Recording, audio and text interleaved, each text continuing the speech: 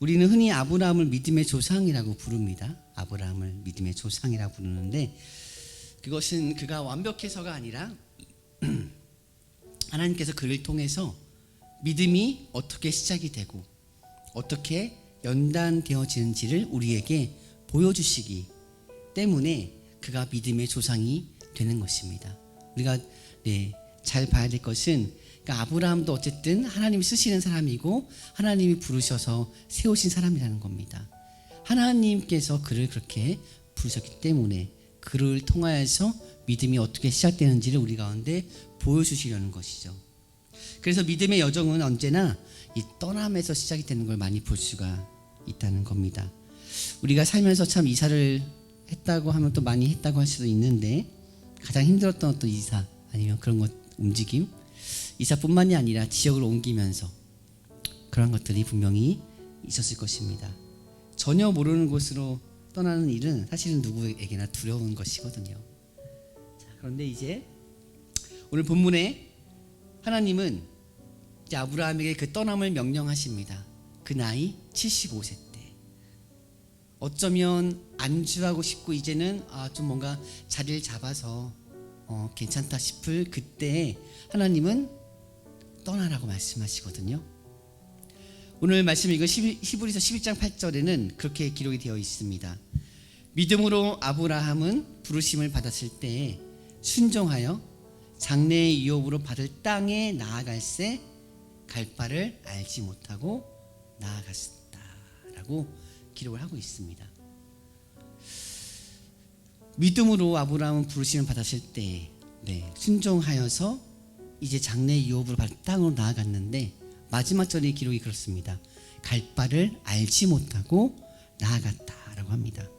이 갈 바를 알지 못하였다라는 표현은 어떤 계획이나 그런 것이 없는 것이 아닙니다. 물론 계획이 당연히 없었겠지만 어떤 의미를 가지고 있냐면 그 목적지보다 인도하시는 분을 더 신뢰했다는 뜻인 거예요.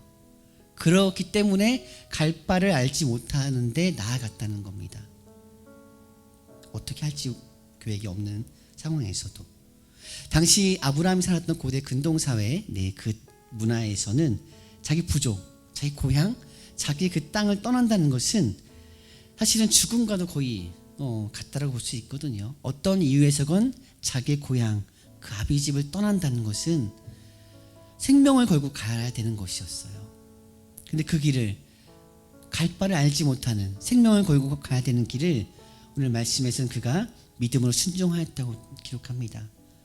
그렇다 분명한 것은 목적지가 아닌 인도하시는 분을 믿고 의지하고 신뢰했다는 겁니다. 지성적인 어떤 믿음은 무모한 도박이 아니거든요. 우리가 그러니까 이 상식 그 이상의 어떤 믿음은요 무모한 게 아니에요. 믿음이 있다는 것은 정말 좋은 믿음이라는 것은 막 무모하게 가는 게 아닙니다. 아브라함은 자신의 안전을 보장해 주던 그 갈대 우르의 그 시스템 얼마나 좋았겠습니까? 거기 있으면 사실은 보장되어 있을 거 아닙니까? 그 삶이. 그런데 그런 시스템이 아니라 자신을 부르신 하나님의 인격을 따라갔다는 거예요. 그것이 더 안전하다, 좋다라는 판단. 믿음은 바로 거기 있거든요. 믿음은. 자, 그래서 이제 오늘 말씀의 중심이 그것이 있죠. 본토 친척 아비의 집을 떠나가라 이 말씀하시거든요. 어떻게 보면 세 가지 어떻게 보면 그 안전을 상징하는 것들을 끊어내신 거예요. 왜 굳이 본토 친척 아비의 집을 떠나라고 구체적으로 그렇게 말씀하셨을까요? 갈대아 우르는 당시 가장 발달한 문명 도시였고 우상 숭배 중심지이기도 했던 곳입니다. 그것이 다 끊어나는 것인데요.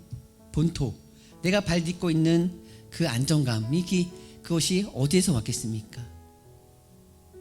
그것을 끊어나는 겁니다. 하나님 주신 게 아니라는 거죠. 또 친척, 내가 어려울 때 도움받을 수 있는 어떻게 보면 인맥 같은 거예요. 네, 물론 필요합니다. 좋은 것일 수 있죠. 하나님 그것도 끊으라고 말씀하십니다. 아비 집을 떠나라 말씀하시죠. 나의 정체성과 상속권도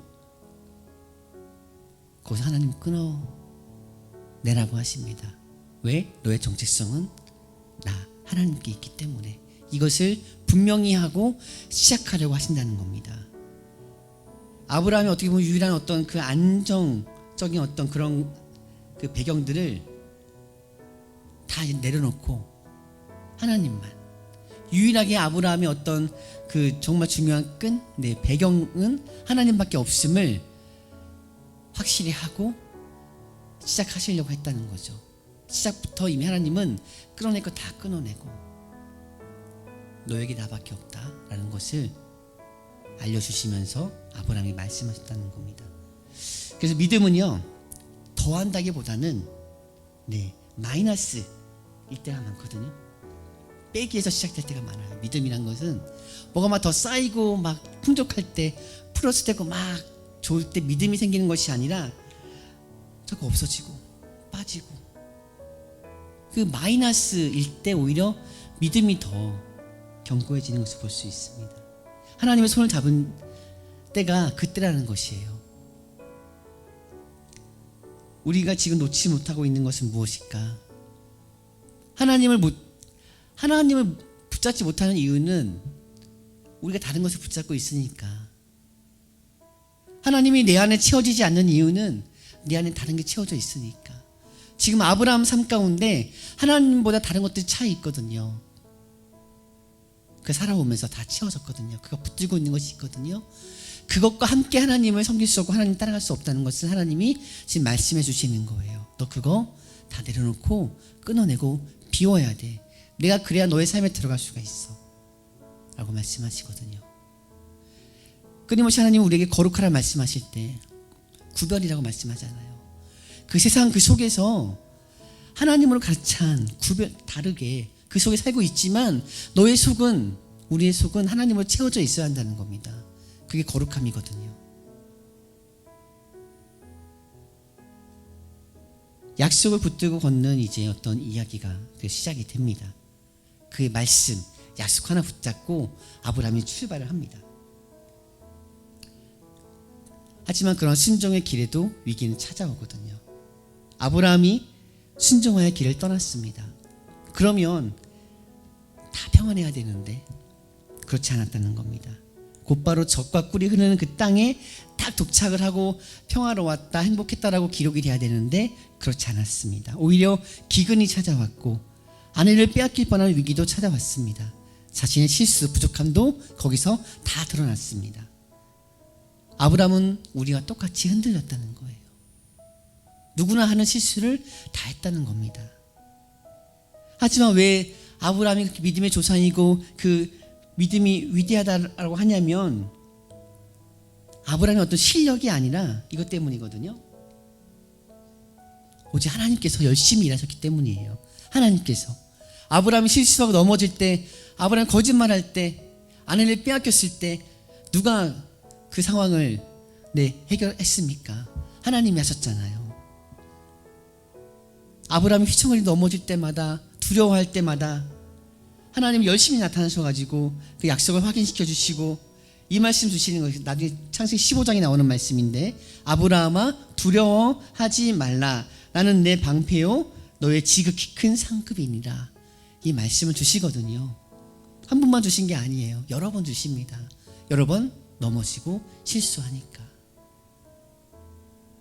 믿음은 그래서 한 번에 도달하는 어떤 목적지가 아니거든요. 믿음의 길은요, 우리가 아브라함을 보면 날 수가 있습니다.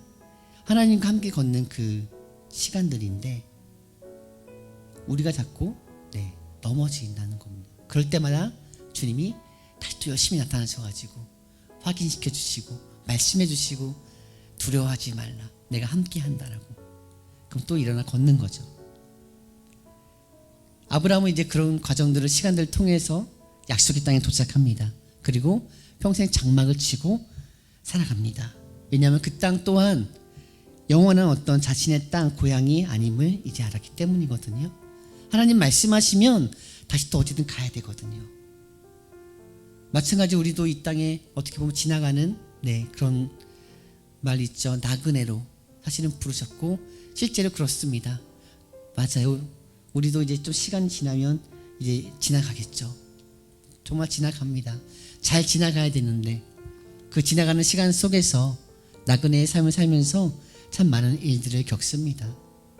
여기가 딱 우리 이 살 곳인가 했더니 또 옮겨야 했고, 왔는데 막 고민하게 하시고, 이젠 정말 그런가 하고 살아가고 있지만 또 하나님 마음은 또 계획은 어떠하신지 여전히 또 기도해야 되는 상황입니다.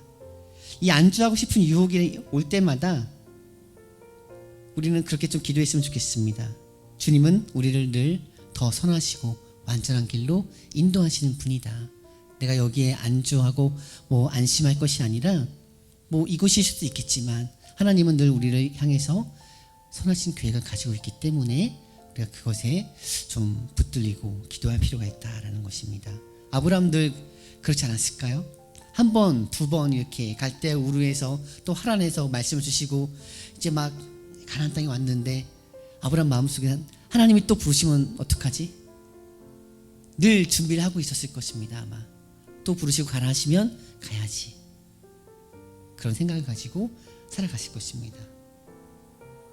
아브라함이 그 갈대아 우를 떠나면서 하나님을 만났습니다. 물론 그 전에도 하나님 만났지만 진짜 하나님을 만난 것은 이제 그의 삶의 자리를 떠나서 하나님 말씀하신 삶을 살아갈 때 진짜 하나님을 만났습니다. 익숙한 것을 포기한다는 것, 우리 가운데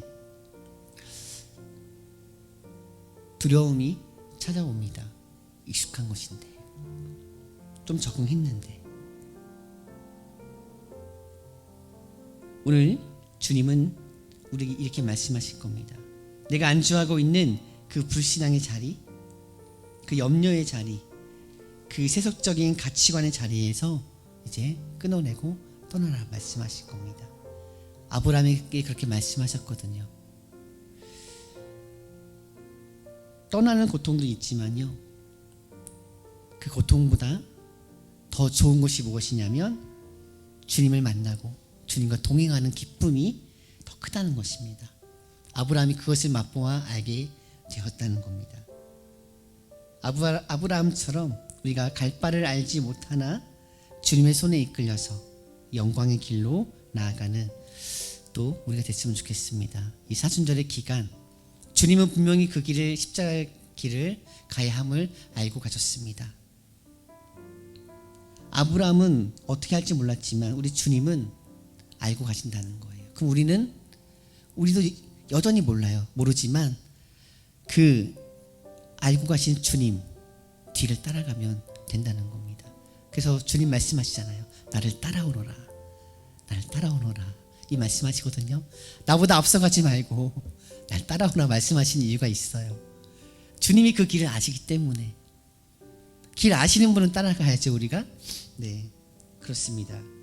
오늘 이 아브라함의 어떤 삶을 통해서 우리가 짧게 봤는데요, 아브라함이 원래부터 믿음의 사람이 아니라 하나님께서 그를 쓰시고자 했고, 그를 통해서 믿음이 어떻게 시작되는지, 또 믿음이 어떻게 성장하는지, 그 순종하는 과정 속에서 어떠한 또 일들이, 삶의 어떤 어려움과 문제들이 있는지, 그리고 그런 문제들 속에서 누가 선하게 일하시는지, 그 일들을 풀어가시는지, 회복하시는지를 아브라함을 통해 보여주고 있습니다. 그 아브라함이 그래서 믿음의 조상, 시작이 되는 어떠한 자리를 만들어갈 수 있었습니다. 오늘 우리도 그러한 자리를 계속 만들어가는 사람들이 됐으면 좋겠습니다. 이 한 주간 주님이 우리에게 말씀하시고 주님을 또한 잘 따라갈 때 이 길이 정말 주님께서 우리를 향한 선하고 완전하신 길임을 고백하고 믿는 우리 모두 되기를 간절히 축복합니다.